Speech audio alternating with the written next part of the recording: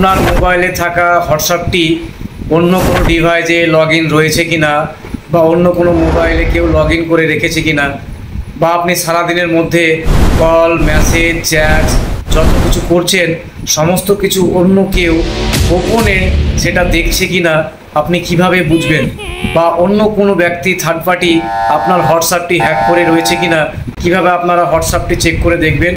তো সেটা দেখার জন্যে আমার এই ভিডিওটি আপনাকে শেষ পর্যন্ত দেখতে হবে এবং ভিডিওটি ভালো লাগলে লাইক এবং শেয়ার অবশ্যই করবেন।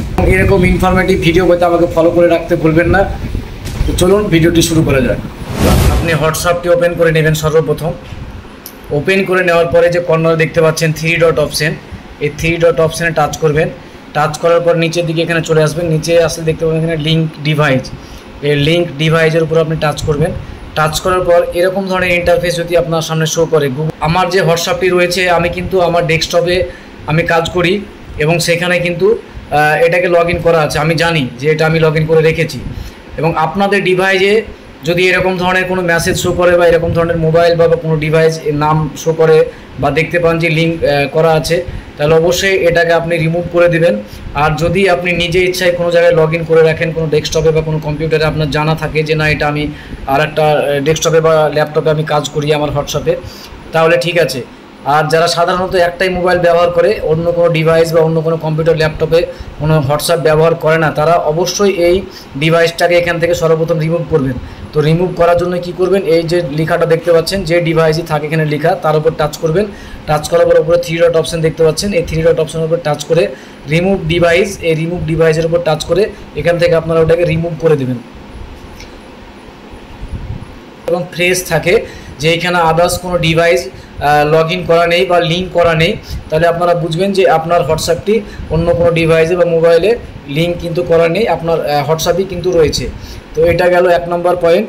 আর যদি আপনার অন্য কোনো ডিভাইস এখানে শো করে বা দেখায় নিচে যেরকম দেখালাম, তো অবশ্যই সেটা থাকলে কিন্তু অবশ্যই আপনি এটাকে হটিয়ে দিবেন। ওইরকম যদি আপনার কোনো ডিভাইসে লিঙ্ক করা থাকে, আপনি সমস্ত যা কিছু আপনার হোয়াটসঅ্যাপে করবেন, কল, চ্যাট, মেসেজ, সমস্ত কিছু কিন্তু সেই আর এক মোবাইল থেকেও দেখতে পাবে যে আপনি কি কি করছেন।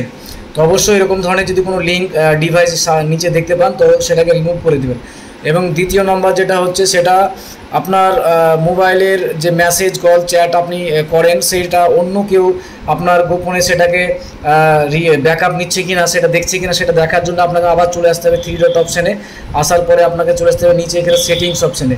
সেটিংস অপশানে আসার পর এখানে আপনি চ্যাটস বলে একটা অপশান দেখতে পাচ্ছেন, এই চ্যাটস অপশানে আপনি টাচ করবেন।